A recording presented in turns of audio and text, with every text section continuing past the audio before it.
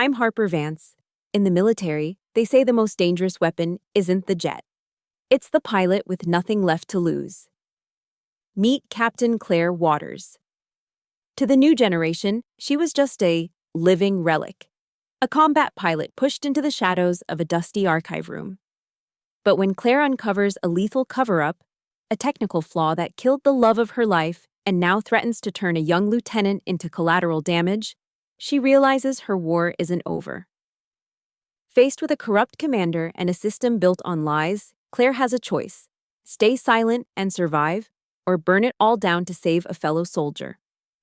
They tried to bury the Phoenix, but they forgot that fire is exactly where she thrives. This is her story. The morning air at Peterson Air Force Base was thin and carried a familiar bite. But the welcome I received was colder than any high-altitude flight I had ever endured.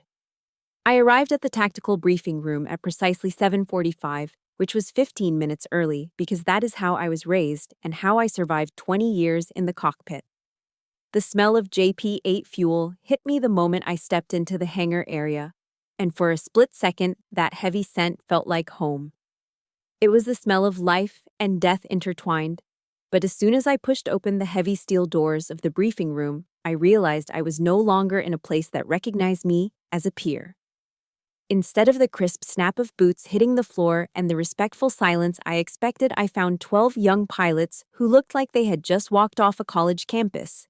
They were the TikTok generation of the Air Force, sitting with their legs crossed over the tables and their eyes glued to the sleek screens of their Apple Watches. I stood there in my flight suit with the Phoenix patch on my shoulder, a symbol of everything I had burned through to stay alive. My medals were earned with blood and sweat in godforsaken deserts, while these kids were checking their social media engagement between flight simulations. Lieutenant Reeves, the one with the meticulously gelled hair and an ego that filled the room, didn't even bother to stand up. He looked at me from my boots to my graying temples with a smirk that made my skin crawl. He turned to the boy next to him and spoke just loud enough for the sound to carry across the room like a slap. He said he thought the Phoenix was supposed to be a legend, but that I looked more like a high school history teacher who had lost her way to the library. He joked that HR must have finally hit their quota for hiring the elderly, and a wave of snickers followed his words. Each laugh felt like a needle pricking my eardrums, and I felt a heat rising in my chest that had nothing to do with a jet engine. The door behind me swung open, and the room shifted slightly as Colonel Mason and Lieutenant Colonel Jake Harmon walked in. Jake was a man I had once shared a cockpit with, a man I had trusted with my life during a mission that nearly ended us both. But as he approached, he didn't look at me like a comrade. He looked like a politician wearing a uniform that was a size too small for his ambition. His eyes flickered to the faint white scar on my temple. For just half a second, and I saw the flash of disgust before he masked it with a practiced corporate smile. He told the room to settle down and then introduced me as Captain Waters. He called me a living relic and told the young pilots they should learn from me how to survive when everything goes wrong. He used the word failure as if it were a label I wore on my chest. He didn't call me a hero or a veteran of 1,000 sorties. He called me a survivor of a catastrophe. It was a backhanded compliment that stung more than any of Reeves's insults because it came from someone who knew exactly what that mission had cost me. Reeves just leaned back and popped his chewing gum, asking if they were supposed to learn how to fly or how to bail out and run. Jake didn't reprimand him. He just laughed it off and told Scott to stop being a joker. Then he turned to me and gestured toward a dark corner of the room where a few stacks of old cardboard boxes were piled high against the wall. He said my desk wasn't quite set up yet and that I should make myself comfortable in the corner for now. He handed me a thick stack of safety manuals from 2010 and told me to start auditing them for old protocols because the kids today didn't like reading paper. I stood there frozen in the center of the room. I am a combat pilot with 2,000 hours in the air, and he was telling me to sit next to the trash cans and sort through outdated paperwork. He wanted me to feel invisible. He wanted the weight of my uselessness to crush me until I finally decided to pack my bags and disappear into a quiet retirement. During the first break, I slipped away into the only female restroom on that floor. I locked myself in the stall and leaned my head against the cold metal door, feeling my hands shake with a rage I couldn't let out. I walked to the sink and splashed freezing water onto my face, trying to wash away the feeling of being dirtied by their contempt. In the mirror, I saw a 42-year-old woman with eyes that had seen too much and a soul that was starting to feel its age. "You are the phoenix," I whispered to my reflection, but my voice sounded like it was made of broken glass. Outside the door, I could hear the muffled voices of Reeves and his friends as they walked past. I heard them betting $50 that I would have a breakdown during the first simulator run, and another $100 that I wouldn't last until Christmas. They talked about my PTSD as if it were a punchline to a joke. I gripped the edge of the porcelain sink so hard my knuckles turned white and my fingernails bit into my palms until I felt the faint sting of blood. I remembered what General Patton once said about pressure. He said that pressure either creates diamonds or it crushes you. I stood up straight and wiped the water from my chin, staring at the woman in the mirror until her gaze was as hard as flint. I decided right then that I wasn't going to be crushed. I was going to be the diamond that cut through every single one of them. I sat in the drafty corner that Jake Harmon had assigned to me, surrounded by the ghosts of old paper and the hum of a ventilation system that felt like it was struggling to breathe. The fluorescent lights overhead flickered with a rhythmic tap that started to grate on my nerves, a constant reminder of how far I had fallen from the cockpit of a fighter jet to the dust-covered floor of a storage room. I was supposed to be auditing old safety manuals, a task meant to keep me quiet and out of sight while the new generation of pilots took over the base. But as I pulled a thick technical folder from one of the cardboard boxes, my hands froze. The diagram on the first page wasn't just a piece of engineering, it was a ghost.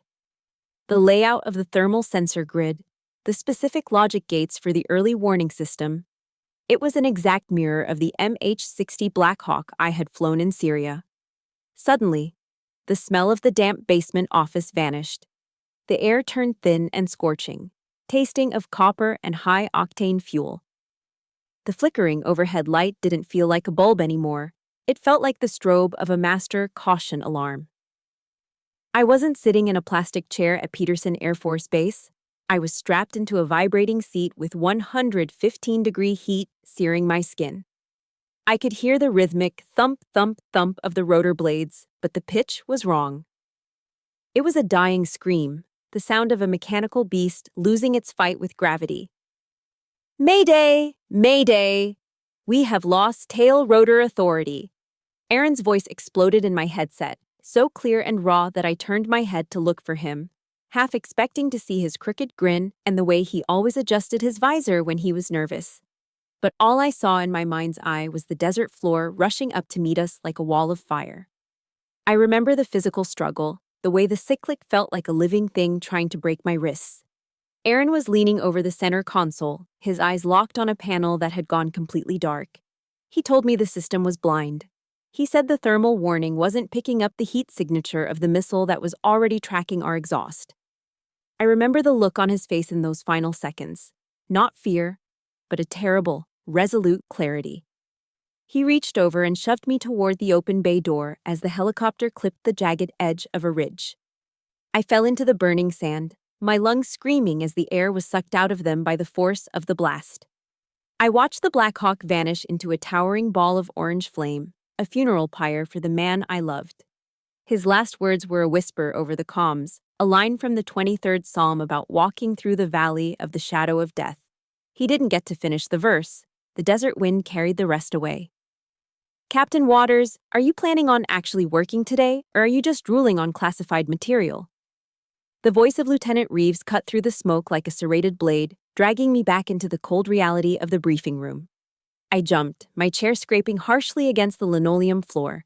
My heart was hammering against my ribs so hard I thought it might crack a bone, and my skin was slick with a cold sweat that felt like oil. The young pilots were looking over their shoulders, some with smirks they didn't bother to hide, and others with that look of hollow pity you give to someone who has clearly lost their mind. I pulled the folder closer to my chest to hide my trembling hands, bowing my head so they wouldn't see the tears that were starting to blur my vision. When they finally looked away, I forced myself to focus on the page again. My eyes locked onto the approval box at the bottom of the new Skyguard report, a document dated just 2 weeks ago. Under the technical notes, written in a precise, cold hand, was a single line that made my blood run cold. 0.5 seconds signal latency. Acceptable. Just below that note was the signature I would recognize anywhere. A bold, sweeping loop of ink that belonged to J. Harmon. A terrible, cold suspicion began to take root in my gut, a feeling that drove me to dig deeper into the boxes of archives Harmon thought were just trash. I searched for an hour, my fingers getting stained with old ink and dust, until I found what I was looking for. The original post-crash investigation for our mission in Syria from 2015. I flipped past the photos of the wreckage, past the autopsy reports that I couldn't bear to read, and found the sensor diagnostics. There it was again. The exact same red ink, the exact same handwriting, 0.5 seconds signal latency. Acceptable. Signed by Major J. Harmon. He knew. 10 years ago, Jake Harmon knew that the thermal sensors were too slow to catch a modern heat-seeking missile. He knew the system was flawed, but he signed off on it anyway to keep the project on budget and his own career on a fast track to promotion. Aaron didn't die because of a freak accident or the fog of war. He died because Jake Harmon decided that a man's life was worth less than a clean spreadsheet. And now, as I looked at the new Skyguard documents, I realized he was doing it again. He was signing the death warrants of these arrogant kids in the next room, and he was using me to file the evidence away. I gripped the edge of the table until my knuckles turned white and the faint sting of blood returned to my palms where my nails dug in. I wasn't just a relic or a survivor anymore. I was a witness. And I can still feel the weight of that silence Claire felt in the room. It is a heavy thing to realize that the people you trusted to lead you were the ones who left you behind. If you have ever felt the sting of a betrayal that changed your life, I want you to know that you are not alone. Please show your support for Claire by hitting that like button and leaving the word strength in the comments if you are rooting for the phoenix to finally rise from these ashes. Your voice is the wind beneath her wings.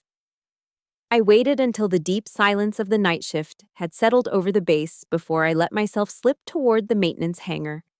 The air inside was heavy with the scent of cold grease and the metallic tang of polished aluminum. It felt like a cathedral of steel, illuminated only by the dim, orange glow of the security lights. In that vast space, tucked under the belly of a Skyguard jet that looked more like a predatory bird than a machine, I found Sergeant Karen Goyon. She was a woman whose hands told a story of 1,000 repairs. The skin of her knuckles permanently stained with oil that no soap could ever truly wash away. I watched her for a moment from the shadows. She was sitting on a low stool, hunched over, hurriedly eating a ham sandwich she had pulled from a crinkled brown paper bag. When she heard the soft scuff of my boots, she jumped so violently that her sandwich nearly tumbled to the oil-stained floor. She tried to hide the food behind her back, her eyes wide with the raw, instinctive fear of a person who has spent a lifetime being told they are replaceable. She stammered out an apology, saying she had only been on break for 5 minutes and that she would get right back to the sensors. I didn't let the weight of my rank hang between us.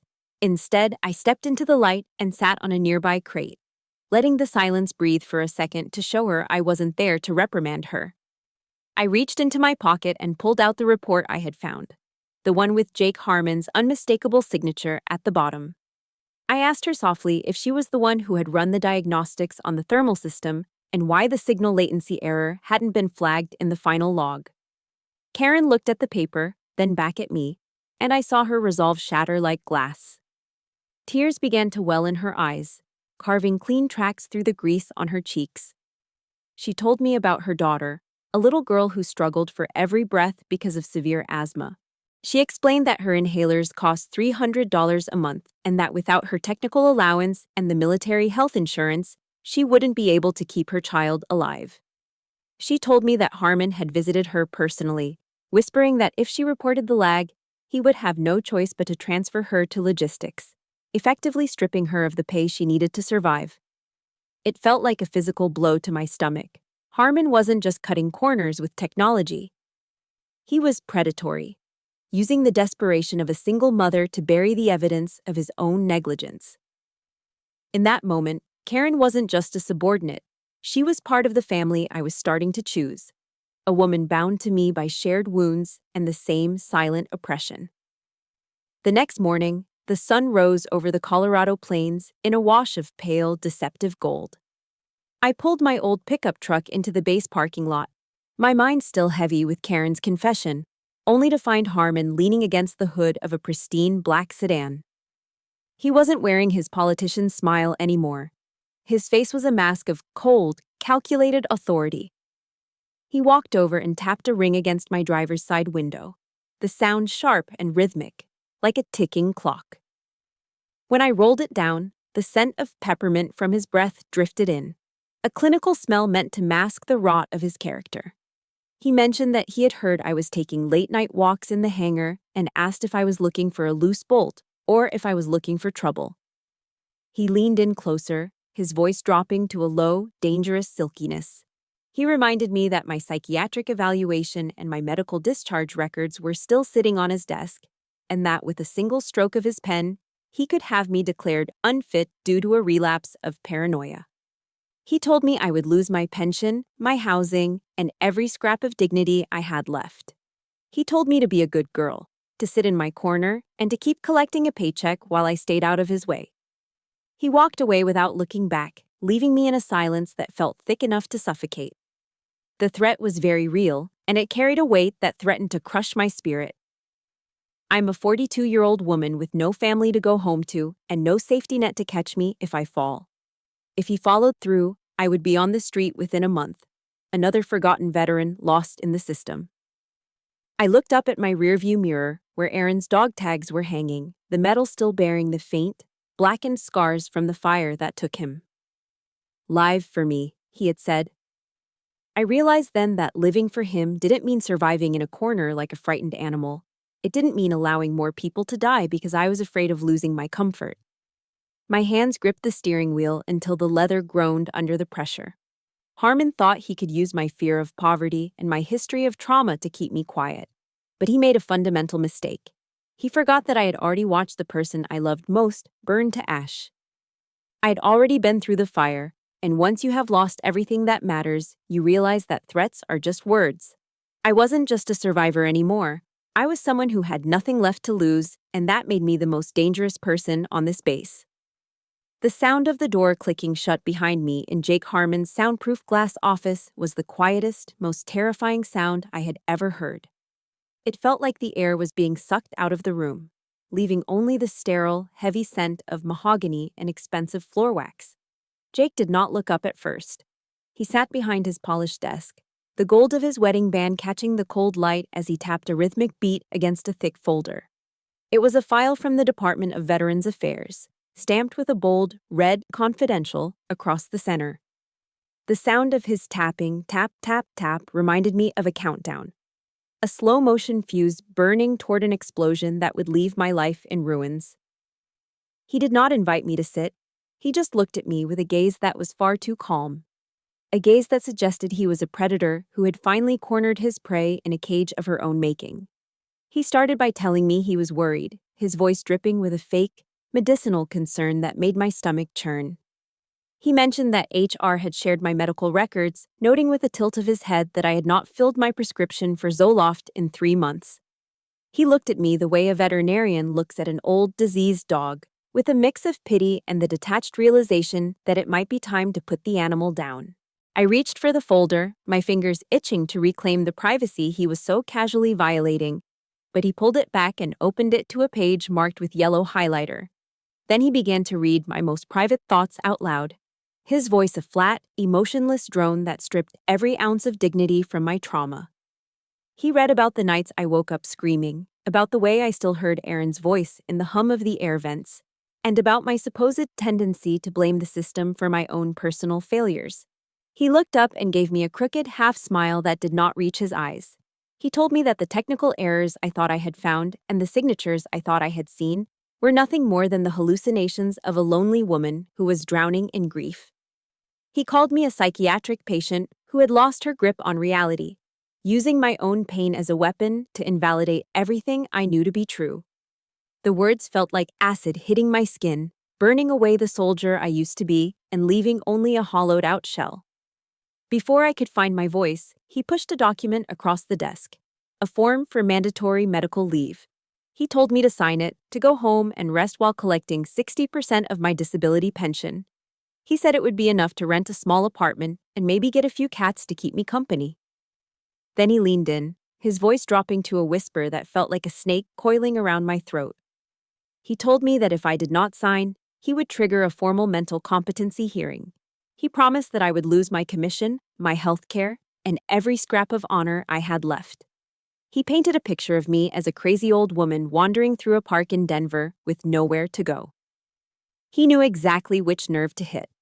In America, losing your health care and your pension is not just a financial setback, it is a death sentence for your future. I stared at the pen on the desk. My hand was shaking so violently I had to grip the edge of the mahogany table just to stay upright. Signing that paper would be the easy way out. It would mean survival. It would mean I could keep my apartment and my insurance. I thought of Karen and her daughter, who was struggling for air while we sat in this climate-controlled office. I realized that if I let Jake win, if I let him bury me in a psychiatric ward, then Karen would be next, and another pilot would eventually pay the price for the signal lag he refused to fix. I remembered the words of the pastor from the small church I had visited, a verse about the truth setting you free. I picked up the pen, but I did not sign the line. Instead, I pressed the tip into the expensive wood and dragged it across the surface, leaving a deep, ugly scar in the polished mahogany. I looked Jake directly in the eyes, seeing the flicker of surprise that he could not quite hide. I told him I was not signing anything. I told him that the thing about crazy people is that they do not know they are crazy, but I knew exactly who he was. I called him a murderer in a uniform, a man who traded the lives of his comrades for a clean spreadsheet and a gold-plated career. The air in the room felt electric as I turned my back on him and walked toward the door. Behind me, I could hear him gasping for breath, his face turning a dark, furious red. But I did not stop. I stepped out into the hallway, my heart pounding against my ribs like a trapped bird. But for the first time in 10 years, I felt like I was finally standing on solid ground. The morning air in the simulation bay was thick with the scent of ozone and the hum of high-powered cooling fans. It was a stark contrast to the suffocating mahogany silence of Harmon's office from the day before. I walked into the hangar, feeling like a ghost, moving through a world that had already decided I did not exist.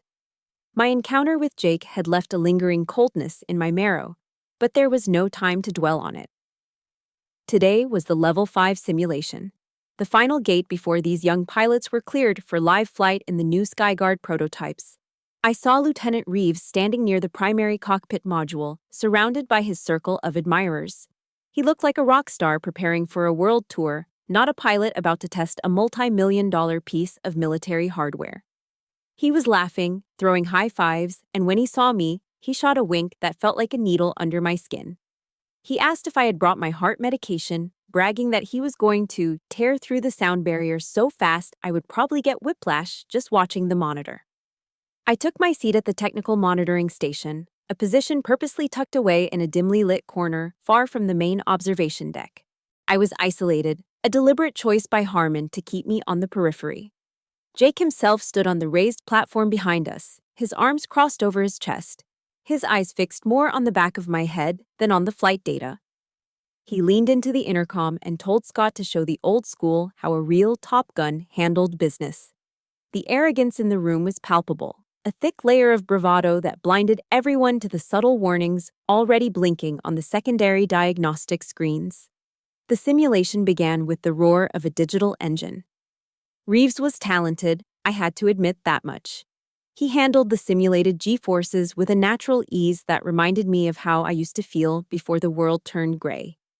But as the clock hit the 15-minute mark and he pushed the throttle forward for a high-speed dive, my screen started to flicker with a dull, rhythmic crimson. The thermal sensor for the left engine was reporting an overheat condition, a spike in temperature that should have triggered a master caution alarm. I looked at the cockpit camera feed and saw Reeves's primary display. On his end, everything was green. The system was lying to him. The signal lag I had found in the archives was happening right now, in real time. I felt the hair on my arms stand up as the memory of Syria flashed behind my eyes. I grabbed the microphone and shouted for Reeves to throttle back, telling him his left engine was melting down. The room went silent for a heartbeat, but then Reeves's voice came through the speakers with a mocking chuckle. He told me his gauges were perfect and suggested I was seeing things again. He continued to accelerate, pushing the simulated airframe to its absolute limit.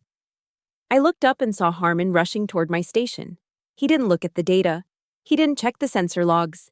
He just grabbed my headset and ripped it off my head, his fingers digging into my arm as he hissed that I was being relieved of duty for interfering with a pilot's concentration. Just as the words left his mouth, the entire simulation bay was bathed in a blinding flash of digital red. The speakers emitted a gut-wrenching screech of tearing metal. On the main screen, Reeves's aircraft disintegrated as the left engine exploded, sending the airframe into a violent, unrecoverable spin. The words, "Mission failed," appeared in massive, cold letters across the bay. The silence that followed was heavy and suffocating. Reeves climbed out of the simulator a few minutes later, his face the color of ash and his flight suit soaked in sweat.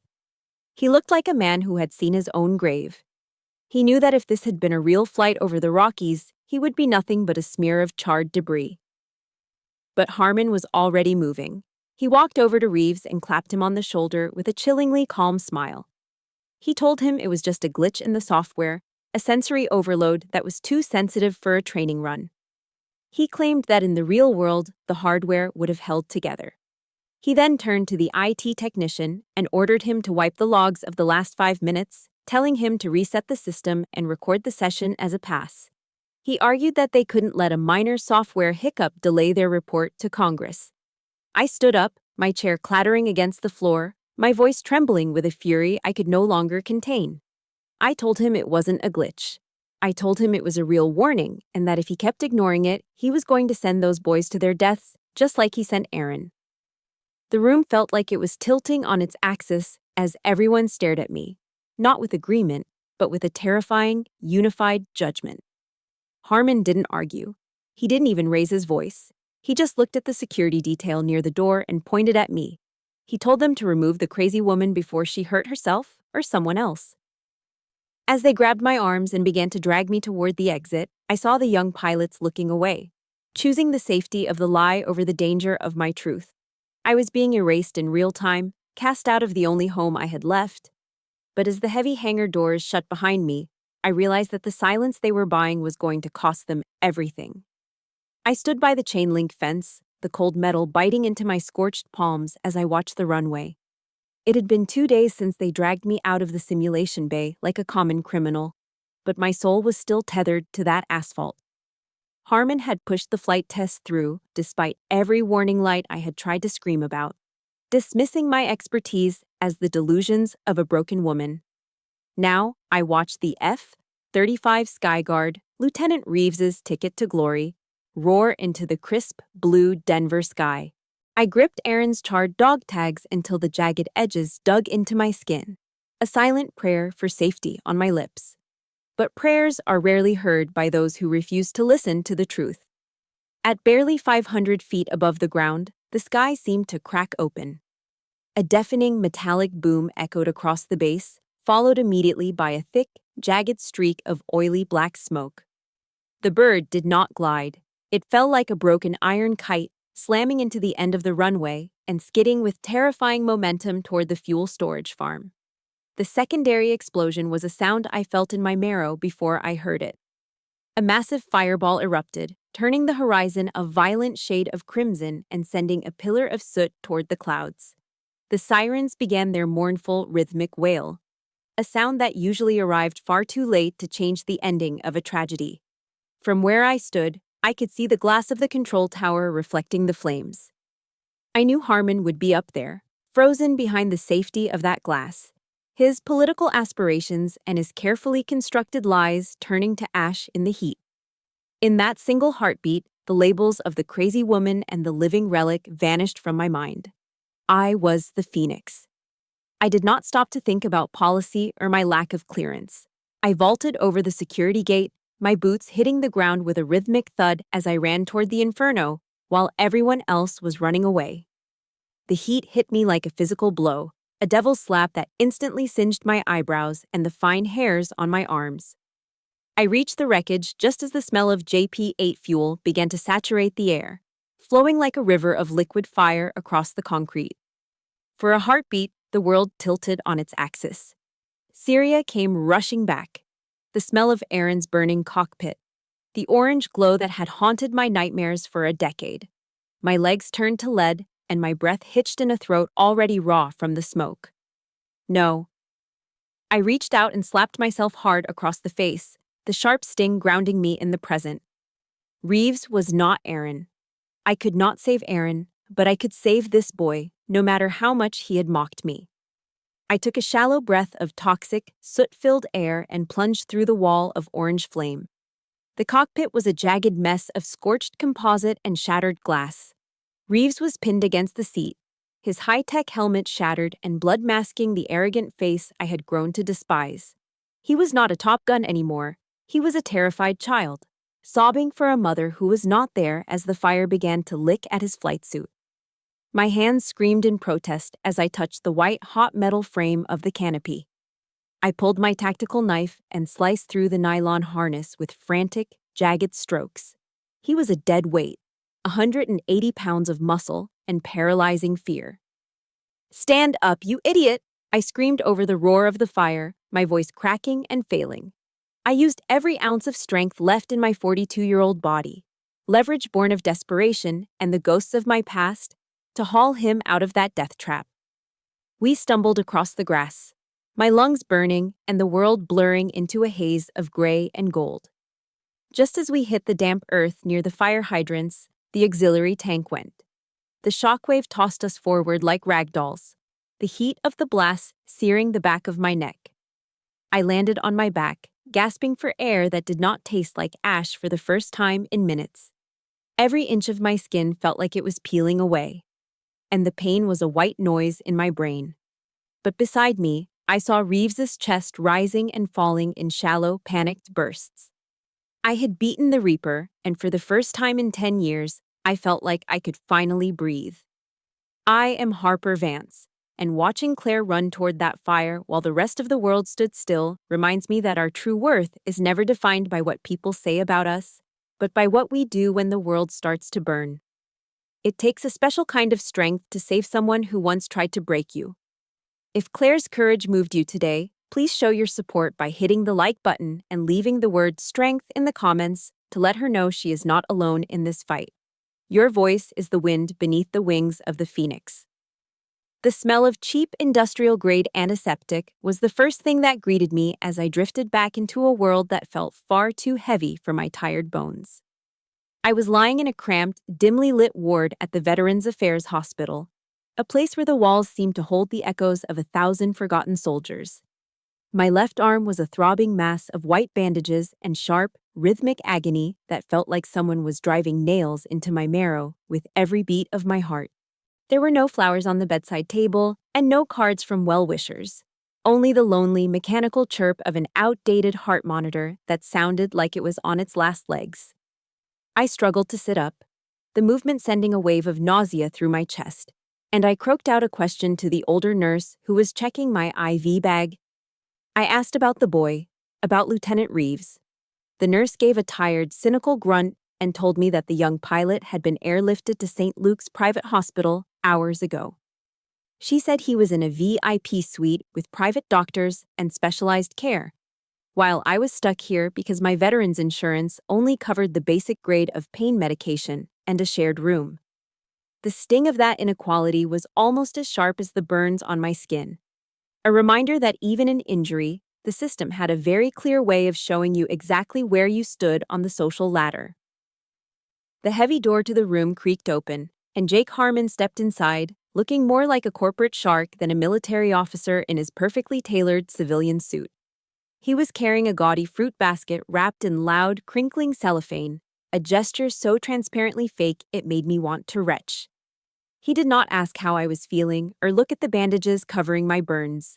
He just pulled a plastic chair close to the bed and sighed with a heavy, performative weariness, as if he were the one who had spent the night dragging a body through a sea of burning jet fuel. He shook his head and asked why I had to make things so difficult. He told me that by charging into the fire, I had committed a gross violation of safety protocols and, more importantly, I had contaminated the crash site before the official investigation team could arrive. He set the fruit basket down with a heavy thud on the bedside table, the sound echoing like a judge's gavel in the small room. I stared at him, my voice coming out in a ragged, scorched whisper. I told him I saved the boy's life because he was trapped in a furnace he created with his own negligence.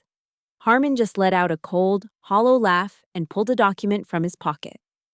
He told me the preliminary report was already being drafted and that it showed Reeves had been distracted by my hysterical, panicked interference over the radio. He claimed that my screaming into the comms caused the pilot to flinch and make a fatal manual error. According to Jake, the Skyguard system was flawless, and the entire catastrophe was the result of my own psychological instability. He pushed a disciplinary notice toward me and told me I was being stripped of my commission and my entire pension was being revoked due to gross misconduct. He leaned in, his breath smelling of that same clinical peppermint, and gave me an ultimatum.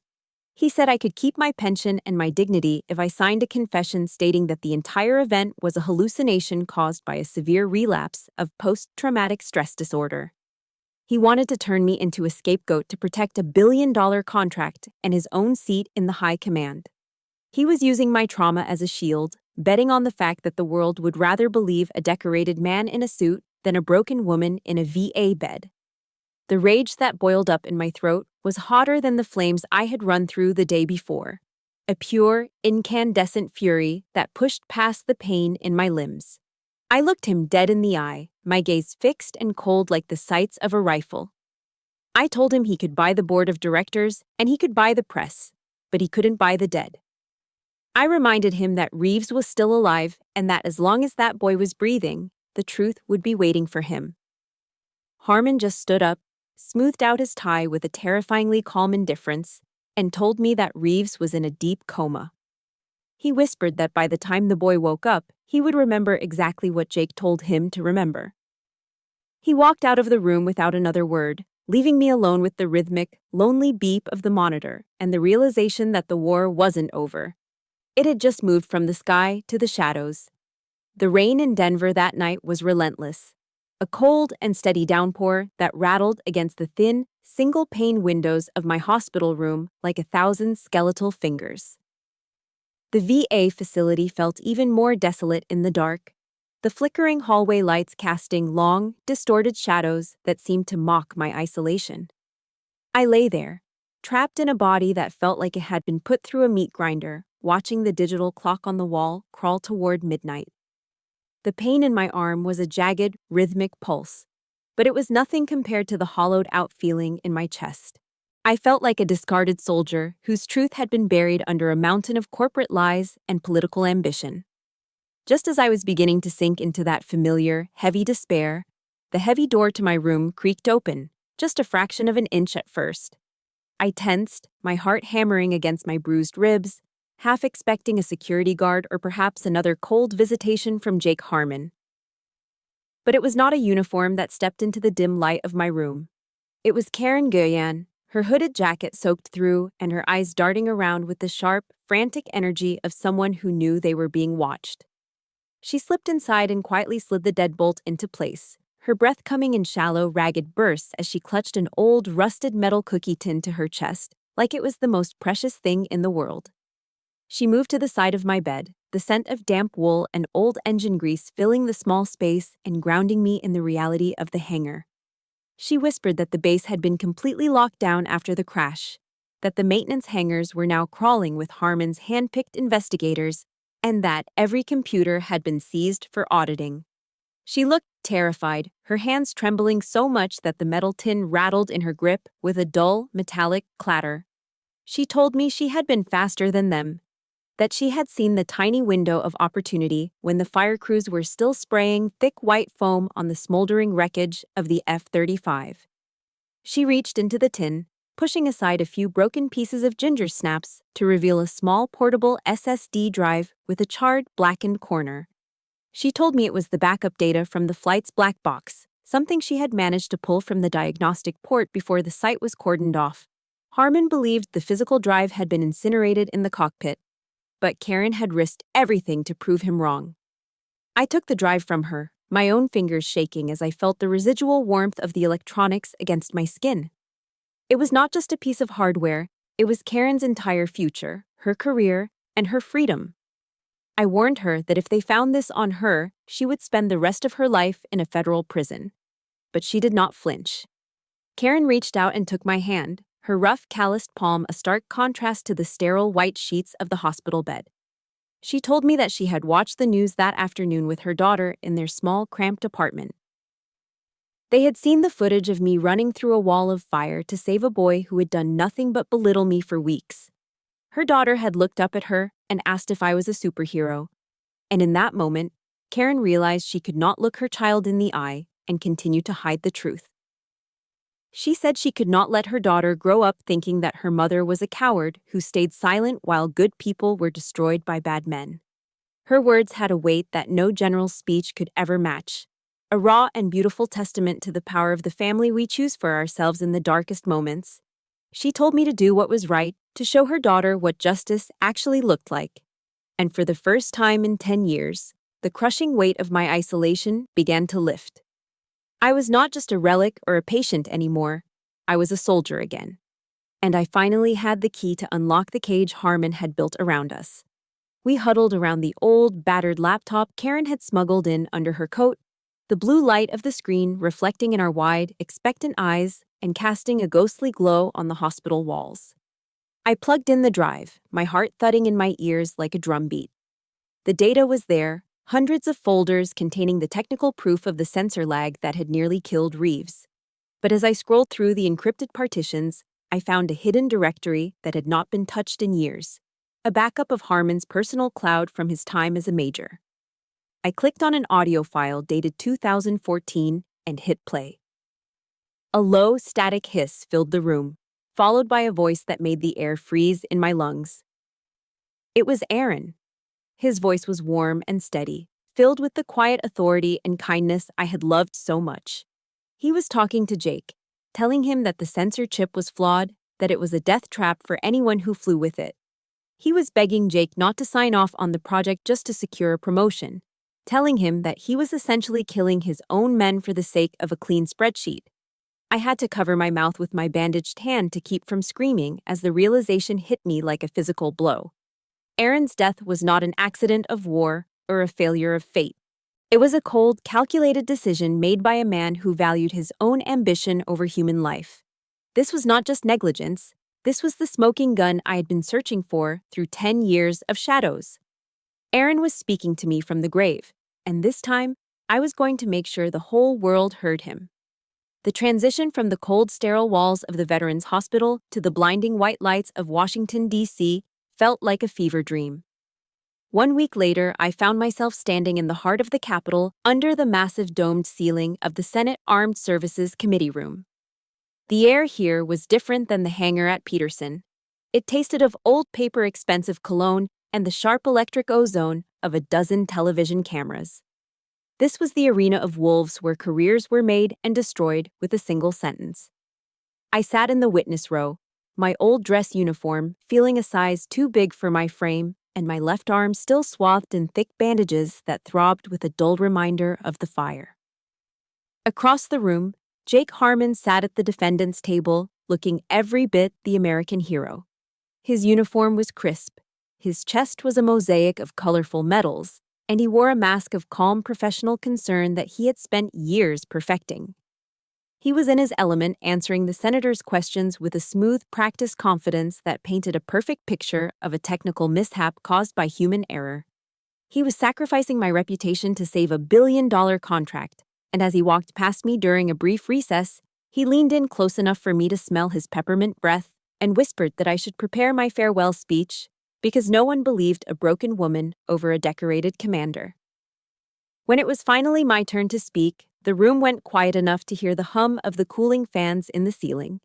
The chairman, a stern man with silver hair, looked down at me through his spectacles and asked if I had a prepared statement. I looked at the pages of the speech I had written, but then I looked at the dog tags hanging around my neck, the ones that had been through the fire twice. I told the committee that I was not there to defend myself or to argue with the lieutenant colonel's version of the truth. I told them I was simply there to let a dead man speak.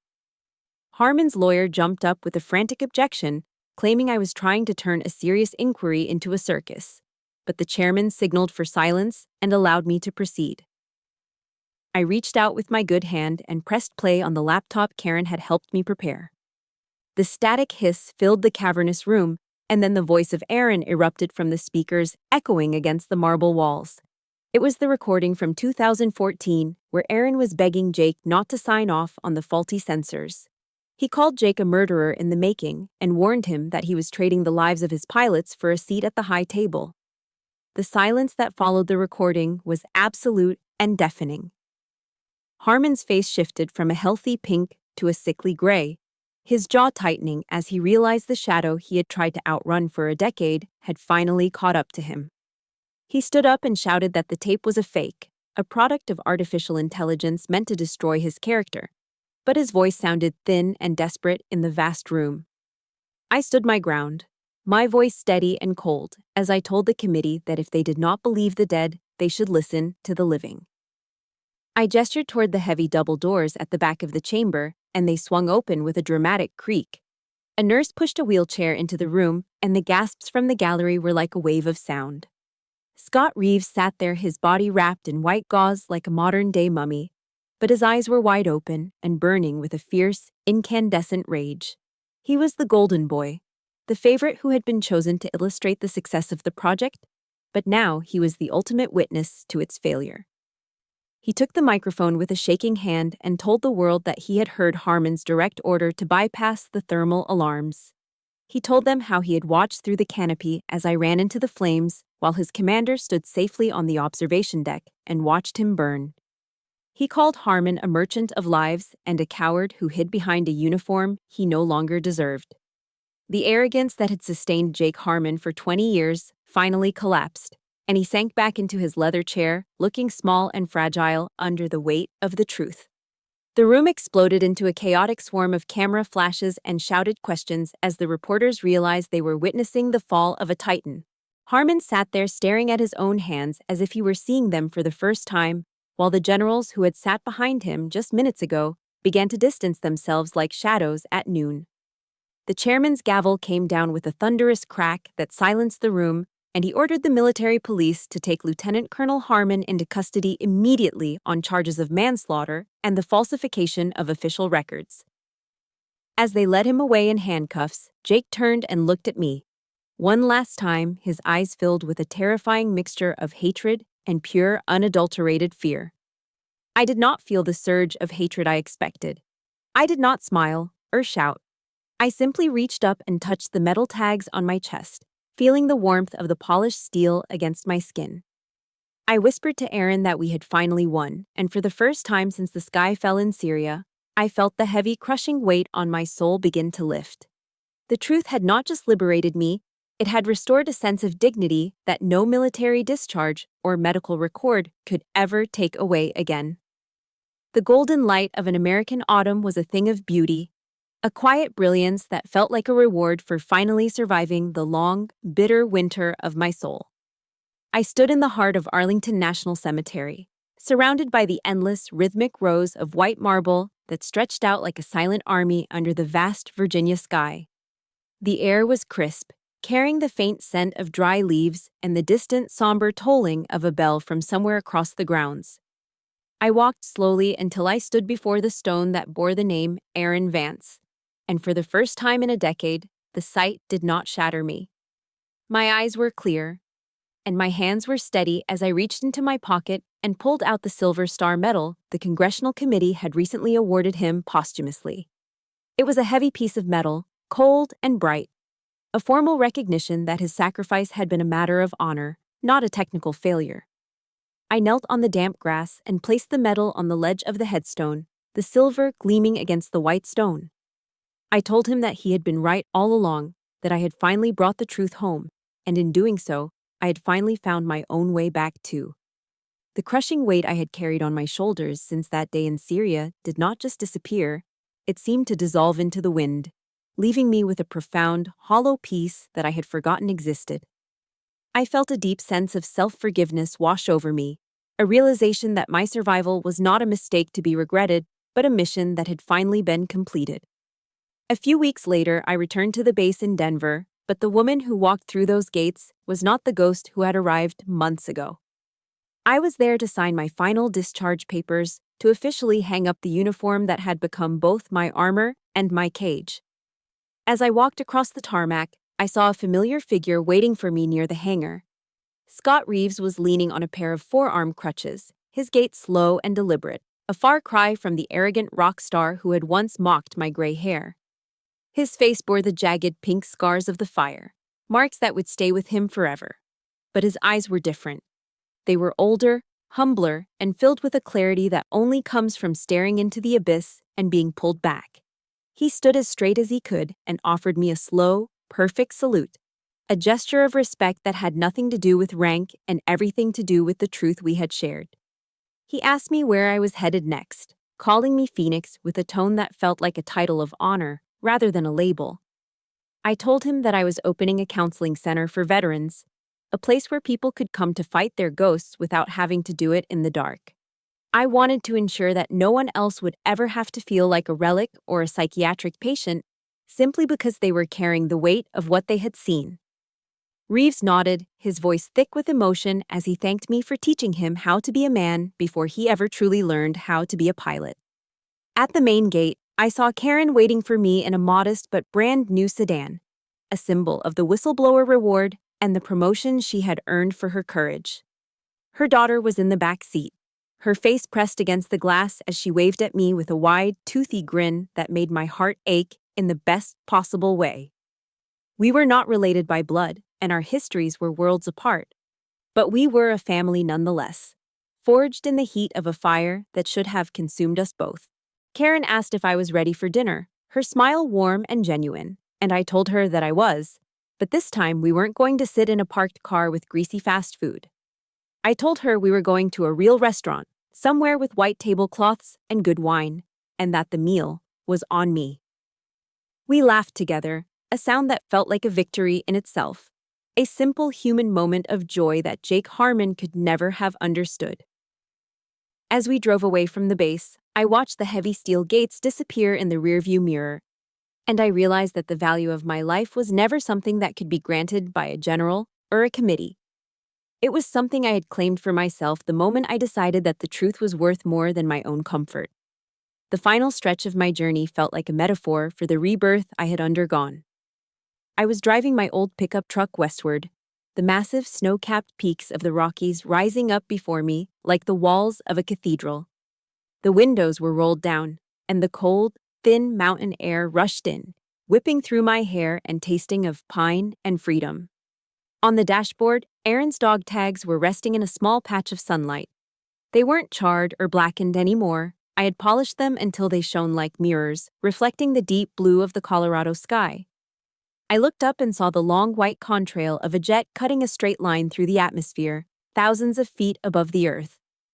I wasn't in the cockpit, and I would likely never feel the thrust of a jet engine again, but my soul was soaring alongside that plane.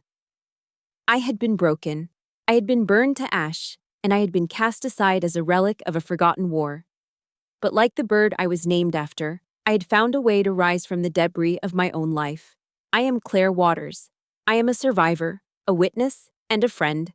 I am finally reborn, and more than anything else, I am finally free. Claire's journey through the fire reminds us of a fundamental truth. Your value is never determined by those who fail to see it. Resilience isn't just about enduring a crisis, it's about having the courage to rebuild your own definition of success.